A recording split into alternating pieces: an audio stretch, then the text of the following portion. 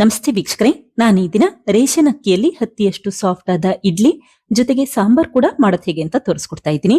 ಮಳೆಗಾಲ, ಕೆಲವೊಮ್ಮೆ ಇಡ್ಲಿ ಹಿಟ್ಟು ಉದುಗ್ ಬರೋದಿಲ್ಲ, ಅಂದ್ರೆ ಫರ್ಮೆಂಟ್ ಆಗೋದಿಲ್ಲ. ಅಂತ ಸಮಯದಲ್ಲಿ ಇಡ್ಲಿ ಹಿಟ್ಟನ್ನ ಯಾವ ರೀತಿ ಮಾಡಬಹುದು ಅಂತ ತೋರಿಸ್ಕೊಡ್ತಾ ಇದ್ದೀನಿ. ನಾನಿಲ್ಲಿ ಹೇಳ್ಕೊಡುವಂತ ಕೆಲವೊಂದು ಟಿಪ್ಸ್ ಮತ್ತೆ ಟ್ರಿಕ್ಸ್ ಗಳನ್ನ ಕರೆಕ್ಟ್ ಆಗಿ ಫಾಲೋ ಮಾಡಿದ್ರೆ ಸಾಕು, ನೀವು ಮಳೆಗಾಲ ಅಥವಾ ಚಳಿಗಾಲದಲ್ಲೂ ಕೂಡ ಈ ರೀತಿ ಹತ್ತಿಯಷ್ಟು ಸಾಫ್ಟ್ ಆದ ಇಡ್ಲಿ ಮಾಡ್ಕೋಬಹುದು. ಮತ್ತೆ ಈ ರೀತಿ ಇಡ್ಲಿ ಮಾಡ್ಲಿಕ್ಕೆ ಜಾಸ್ತಿ ಪ್ರಮಾಣದಲ್ಲಿ ಕೂಡ ಉದ್ದಿನ ಬೇಳೆನ ಉಪಯೋಗಿಸೋ ಅವಶ್ಯಕತೆ ಇಲ್ಲ.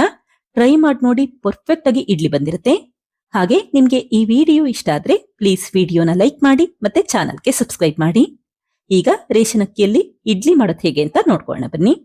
ಮೊದಲು ಒಂದು ಪಾತ್ರೆಗೆ 2 ಕಪ್ ಅಷ್ಟು ರೇಷನ್ ಅಕ್ಕಿನ ತೆಗೆದಿಟ್ಕೊಂಡಿದ್ದೀನಿ. ನಂತರ 4 ಬಾರಿ ನೀರಿನಲ್ಲಿ ಚೆನ್ನಾಗಿ ತೊಳೆದಿಟ್ಕೊಳ್ಳಿ.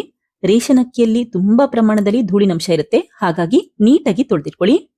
ಹಾಗೆ ಈ ರೇಷನ್ ಅಕ್ಕಿಯಲ್ಲಿ ನೀವು ಗಮನಿಸಬಹುದು, ಸ್ವಲ್ಪ ಬಿಳಿಯದಾದ ಅಕ್ಕಿ ಇರುತ್ತೆ.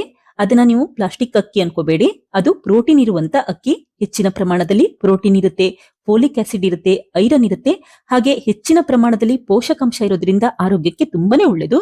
ನೋಡಿ, ಈಗ 4 ಕಪ್ ಅಷ್ಟು ತಣ್ಣೀರನ್ನ ಹಾಕಿ ಲಿಡ್ ಕ್ಲೋಸ್ ಮಾಡಿ 6 ಗಂಟೆ ಕಾಲ ಈ ಅಕ್ಕಿನ ನೆನೆಯಲಿಕ್ಕೆ ಹಾಗೆ ಇಡ್ತಾ ಇದ್ದೀನಿ.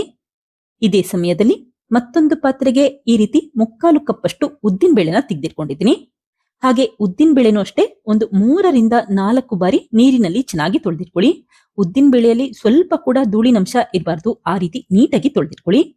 ಈಗ ತೊಳೆದಿರುವಂತ ಅಕ್ಕಿಗೆ ಈ ರೀತಿ 1/4 ಕಪ್ ಅಷ್ಟು ಉಳಿದಿರುವಂತ ಅನ್ನ ಹಾಕೊಂಡಿದ್ದೀನಿ. ನಂತರ 3 ಕಪ್ ಅಷ್ಟು ತಣ್ಣೀರ್ ಹಾಕೊಳ್ತಾ ಇದ್ದೀನಿ. ಈ ರೀತಿ ಅನ್ನ ಉಪಯೋಗಿಸೋದ್ರಿಂದ ಕಡಿಮೆ ಪ್ರಮಾಣದಲ್ಲಿ ಉದ್ದಿನ ಬೇಳೆ ಹಾಕಿ ಇಡ್ಲಿ ಮಾಡ್ಕೋಬಹುದು. ಈಗ ಈ ಉದ್ದಿನ ಬೇಳೆ ಕೂಡ 6 ಗಂಟೆ ಕಾಲ ನೀರಿನಲ್ಲಿ ನೆನೆ ಹಾಕೊಂಡಿದ್ದೆ. ನೋಡಿ, ಚೆನ್ನಾಗಿ ನೆಂದ ನಂತರ ಈ ರೀತಿ ಉದ್ದಿನ ಬೇಳೆನ ತೆಗೆದಿಟ್ಕೊಳ್ತಾ ಇದ್ದೀನಿ. ಹಾಗೆ ಈ ನೀರನ್ನ ಬಿಸಾಡ್ಲಿಕ್ಕೆ ಹೋಗ್ಬೇಡಿ, ಈ ನೀರು ಚೆನ್ನಾಗಿ ಫರ್ಮೆಂಟ್ ಆಗಿರುತ್ತೆ. ಉದ್ದಿನ ಬೇಳೆನ ಯಾವ ನೀರಲ್ಲಿ ನೆನೆ ಹಾಕೊಂಡಿದ್ರಿ ಅದೇ ನೀರನ್ನ ಉಪಯೋಗಿಸ್ಕೊಂಡು ಉದ್ದಿನ ಬೇಳೆನ ರುಬ್ಲಿಕ್ಕೆ ಉಪಯೋಗಿಸ್ಕೊಳ್ಳಿ. ಅವಾಗ ಇಡ್ಲಿ ಹಿಟ್ಟು ಚೆನ್ನಾಗಿ ಫರ್ಮೆಂಟ್ ಆಗುತ್ತೆ. ನೋಡಿ, ಆದಷ್ಟು ನುಣ್ಣಗೆ ರುಬ್ಬಿಟ್ಕೊಳ್ಳಿ. ಮತ್ತೆ ರುಬ್ಬೇಕಾದ್ರೆ ತುಂಬಾ ನೀರನ್ನ ಹಾಕಿ ತೆಳು ಮಾಡ್ಲಿಕ್ಕೆ ಹೋಗ್ಬೇಡಿ, ಈ ರೀತಿ ಸ್ವಲ್ಪ ಗಟ್ಟಿಯಾಗಿ ರುಬ್ಬಿಟ್ಕೊಳ್ಳಿ. ಈಗ ಈ ರುಬ್ಬಿರುವಂತ ಇಡ್ಲಿ ಹಿಟ್ಟನ್ನ ಒಂದು ಪಾತ್ರೆಗೆ ಎತ್ತಿಟ್ಕೊಂಡಿದ್ದೀನಿ. ಹಾಗೆ ಅಕ್ಕಿ ಕೂಡ ಚೆನ್ನಾಗಿ ನೆಂದಿದೆ. ನೋಡಿ, ಪ್ರೋಟೀನ್ ಅಕ್ಕಿ ಯಾವ ರೀತಿ ಸಾಫ್ಟ್ ಆಗಿದೆ ಅಂತ ಗೊತ್ತಾಗ್ತಾ ಇದೆ. ಕೈಯಲ್ಲಿ ಮುಟ್ಟಿದ್ರೆ ನುಣ್ಣಗಾಗತ್ತೆ. ಪ್ಲಾಸ್ಟಿಕ್ ಅಕ್ಕಿನ ನೀವು ನೀರಲ್ಲಿ ಎಷ್ಟೇ ಹೊತ್ತು ನೆನೆಸಿದ್ರು ಕೂಡ ನುಣ್ಣಗಾಗೋದಿಲ್ಲ. ಇದು ಪ್ರೋಟೀನ್ ಅಕ್ಕಿ, ಯಾವುದೇ ಕಾರಣಕ್ಕೂ ಬಿಸಾಡ್ಲಿಕ್ಕೆ ಹೋಗ್ಬೇಡಿ. ನೀವು ದೋಸೆ ಅಥವಾ ಇಡ್ಲಿ ಮಾಡಬೇಕಾದ್ರೆ ಅಕ್ಕಿನ ಸೇರಿಸಿ ರುಬ್ಬಿಟ್ಕೊಳ್ಳಿ. ಈಗ ಈ ನೆನೆಸಿರುವಂತ ಅಕ್ಕಿನ ಮಿಕ್ಸಿ ಜಾರ್ಗೆ ಹಾಕಿದ್ರೆ ನೀವು ಉದ್ದಿನ ಬೇಳೆ ನೆನೆಸಿದ್ರಲ್ಲ ಅದೇ ನೀರನ್ನ ಹಾಕಿ ರುಬ್ಬಿಟ್ಕೊಳ್ಳಿ. ಹಾಗೆ ರುಚಿಗೆ ತಕ್ಕಷ್ಟು ಉಪ್ಪು ಹಾಕಿ ರುಬ್ಬಿಟ್ಕೊಳ್ತಾ ಇದ್ದೀನಿ. ನಾನಿಲ್ಲಿ ಕಲ್ಲುಪ್ಪನ್ನ ಉಪಯೋಗಿಸ್ಕೊಂಡಿದ್ದೀನಿ, ನೀವು ಪುಡಿ ಉಪ್ಪನ್ನು ಕೂಡ ಉಪಯೋಗಿಸಬಹುದು. ಆದಷ್ಟು ನುಣ್ಣಗೆ ರುಬ್ಬಿಟ್ಕೊಳ್ಳಿ. ಈಗ ರುಬ್ಬಿರುವಂತ ಅಕ್ಕಿ ಮಿಶ್ರಣನ ಈ ರೀತಿ ಪಾತ್ರೆಗೆ ಎತ್ತಿಟ್ಕೊಂಡಿದ್ದೀನಿ.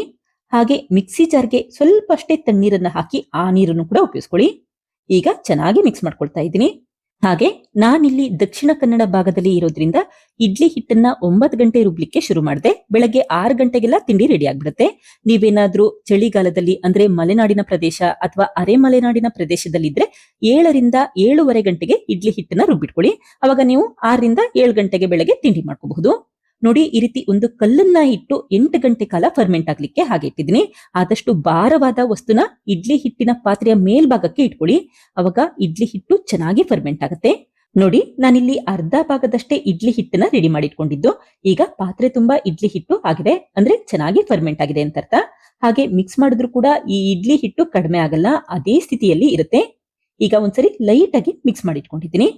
ಇದೇ ಸಮಯದಲ್ಲಿ ಇಡ್ಲಿ ಪ್ಲೇಟ್ಗೆ ಸ್ವಲ್ಪ ತುಪ್ಪ ಹಾಕಿ ಸ್ಪ್ರೆಡ್ ಮಾಡ್ಕೊಳ್ತಾ ಇದ್ದೀನಿ. ನೀವಿಲ್ಲಿ ಎಣ್ಣೆ ಕೂಡ ಉಪಯೋಗಿಸಬಹುದು. ಸ್ಟೀಲ್ ಪ್ಲೇಟ್ ಆದ್ರಿಂದ ಅಂಟೋ ಚಾನ್ಸಸ್ ಇರುತ್ತೆ, ಹಾಗಾಗಿ ನಾನಿಲ್ಲಿ ತುಪ್ಪ ಉಪಯೋಗಿಸ್ಕೊಂಡಿದ್ದೀನಿ. ಹಾಗೆ ನೀವಿಲ್ಲಿ ಬೆಣ್ಣೆ ಕೂಡ ಉಪಯೋಗಿಸಬಹುದು. ಈಗ ನಿಧಾನಕ್ಕೆ ಈ ಮಾಡಿಟ್ಟಂತ ಇಡ್ಲಿ ಹಿಟ್ಟನ್ನ ಹಾಕೊಳ್ತಾ ಇದ್ದೀನಿ. ತುಂಬಾ ಹಾಕ್ಲಿಕ್ಕೆ ಹೋಗ್ಬೇಡಿ, ಸ್ವಲ್ಪ ಕಡಿಮೆನೆ ಹಾಕೊಂಡಿರಿ. ಈಗ ಈ ಇಡ್ಲಿ ಪಾತ್ರೆಗೆ ನೀರನ್ನ ಹಾಕಿ ಬಿಸಿಯಾದ ನಂತರ ನಿಧಾನಕ್ಕೆ ಇಡ್ಲಿ ಪ್ಲೇಟ್ ನ ಜೋಡಿಸಿಟ್ಕೊಂಡಿದ್ದೀನಿ. ನಂತರ ಲಿಡ್ ಕ್ಲೋಸ್ ಮಾಡಿ 13 ರಿಂದ 14 ನಿಮಿಷ ಊರಿನ ಮೀಡಿಯಂ ಫ್ಲೇಮ್ಗಿನ ಸ್ವಲ್ಪ ಜಾಸ್ತಿ ಇಟ್ಕೊಂಡು ಬೇಯಿಸಿಟ್ಕೊಳ್ಳಿ. ಈ ರೀತಿ ಚಾಕು ಹಾಕಿದ್ರೆ ಇಡ್ಲಿ ಅಂಟುತ್ತಾ ಇಲ್ಲ ಅಂತಂದ್ರೆ ಚೆನ್ನಾಗಿ ಬೆಂದಿದೆ ಅಂತ ಅರ್ಥ. ತಕ್ಷಣನೇ ಸ್ಟವ್ ಆಫ್ ಮಾಡ್ಕೊಂಡು ಇಡ್ಲಿ ಪ್ಲೇಟ್ ನ ಹೊರಗಡೆ ಎತ್ತಿಟ್ಕೊಂಡಿದ್ದೀನಿ.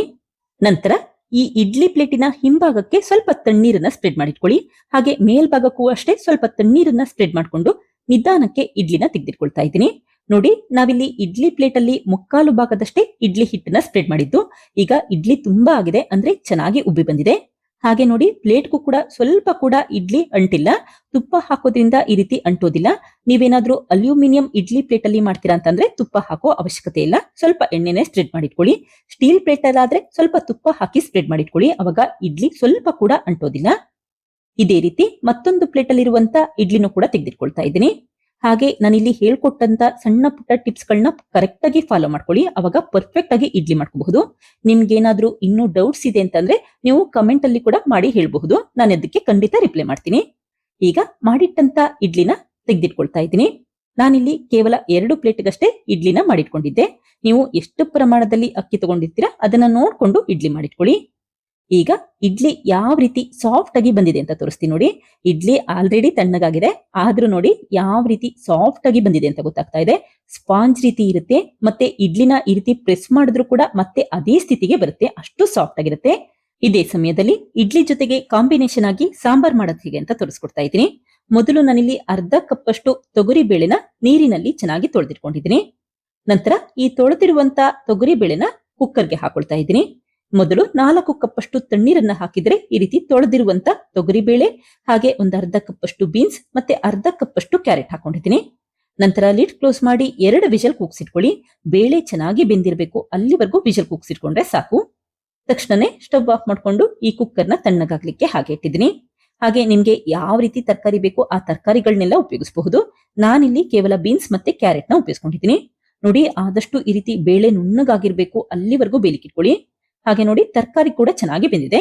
ಈಗ ಒಂದ್ಸರಿ ನೀಟಾಗಿ ಮಿಕ್ಸ್ ಮಾಡಿಟ್ಕೊಳ್ಳಿ, ಅವಾಗ ಬೇಳೆ ಎಲ್ಲ ಚೆನ್ನಾಗಿ ನುಣ್ಣಗಾಗುತ್ತೆ. ಇದೇ ಸಮಯದಲ್ಲಿ ಬಾಣಲಿಗೆ 2 ಟೇಬಲ್ ಸ್ಪೂನ್ ಅಷ್ಟು ಎಣ್ಣೆ, 1/4 ಟೀ ಸ್ಪೂನ್ ಅಷ್ಟು ಸಾಸಿವೆ, ಹಾಗೆ 1 ಟೀ ಸ್ಪೂನ್ ಅಷ್ಟು ಈ ರೀತಿ ತರಿತರಿಯಾಗಿ ಕುಟ್ಟಿರುವಂತ ಜೀರಿಗೆ, ನಂತರ 4 ಬೆಳ್ಳುಳ್ಳಿನ ಜಜ್ಜಿ ಹಾಕೊಂಡಿದ್ದೀನಿ. ಈಗ ಬೆಳ್ಳುಳ್ಳಿ ಸ್ವಲ್ಪ ಬಣ್ಣ ಬದಲಾಗಬೇಕು, ಅಲ್ಲಿವರೆಗೂ ಹುರಿದಿಟ್ಕೊಳ್ಳಿ. ನಂತರ 2 ಒಣಮೆಣಸಿನಕಾಯಿ, 2 ಗರಿಯಷ್ಟು ಕರ್ಬೇವಿನ ಸೊಪ್ಪು, ಹಾಗೆ ಸ್ವಲ್ಪ ಹಿಂಗನ್ನು ಕೂಡ ಹಾಕೊಂಡಿದ್ದೀನಿ. ಈಗ ಒಂದ್ಸರಿ ಮಿಕ್ಸ್ ಮಾಡಿದ ನಂತರ 2 ಮೀಡಿಯಂ ಸೈಜ್ ಈರುಳ್ಳಿನ ಉದ್ದವಾಗಿ ಮತ್ತೆ ತೆಳುವಾಗಿ ಹೆಚ್ಚಿ ಹಾಕೊಂಡಿದ್ದೀನಿ. ಈಗ ಈರುಳ್ಳಿ ಬಣ್ಣ ಬದಲಾಗಬೇಕು, ಅಲ್ಲಿವರೆಗೂ ಫ್ರೈ ಮಾಡಿಟ್ಕೊಳ್ಳಿ. ನಂತರ 2 ಮೀಡಿಯಂ ಸೈಜ್ ಟೊಮೆಟೊನ ಈ ರೀತಿ ಸಣ್ಣದಾಗಿ ಹೆಚ್ಚಿ ಹಾಕೊಂಡಿದ್ದೀನಿ. ಈಗ ಮತ್ತೆ ಚೆನ್ನಾಗಿ ಫ್ರೈ ಮಾಡ್ಕೊಳ್ತಾ ಇದ್ದೀನಿ. ಟೊಮೆಟೊ ಸ್ವಲ್ಪ ಸಾಫ್ಟ್ ಆಗಬೇಕು, ಅಲ್ಲಿವರೆಗೂ ಫ್ರೈ ಮಾಡಿಟ್ಕೊಂಡ್ರೆ ಸಾಕು. ನೋಡಿ ಈ ರೀತಿ ಟೊಮೆಟೊ ಚೆನ್ನಾಗಿ ಸಾಫ್ಟ್ ಆಗಬೇಕು, ಅಲ್ಲಿವರೆಗೂ ಹುರಿದಿಟ್ಕೊಂಡು 1/4 ಟೀ ಸ್ಪೂನ್ ಅಷ್ಟು ಅರಿಶಿನ ಪುಡಿ, ಹಾಗೆ 2 ಟೇಬಲ್ ಸ್ಪೂನ್ ಅಷ್ಟು ಹುಳಿ ಪುಡಿ ಹಾಕೊಳ್ತಾ ಇದ್ದೀನಿ. ನೀವು ತರಕಾರಿ ಸಾಂಬಾರ್ ಮಾಡ್ಲಿಕ್ಕೆ ಅಂತ ಹುಳಿ ಪುಡಿ ಇಟ್ಟಿರ್ತೀರಲ್ಲ, ಆ ಹುಳಿ ಪುಡಿನೇ ಉಪಯೋಗಿಸಬಹುದು.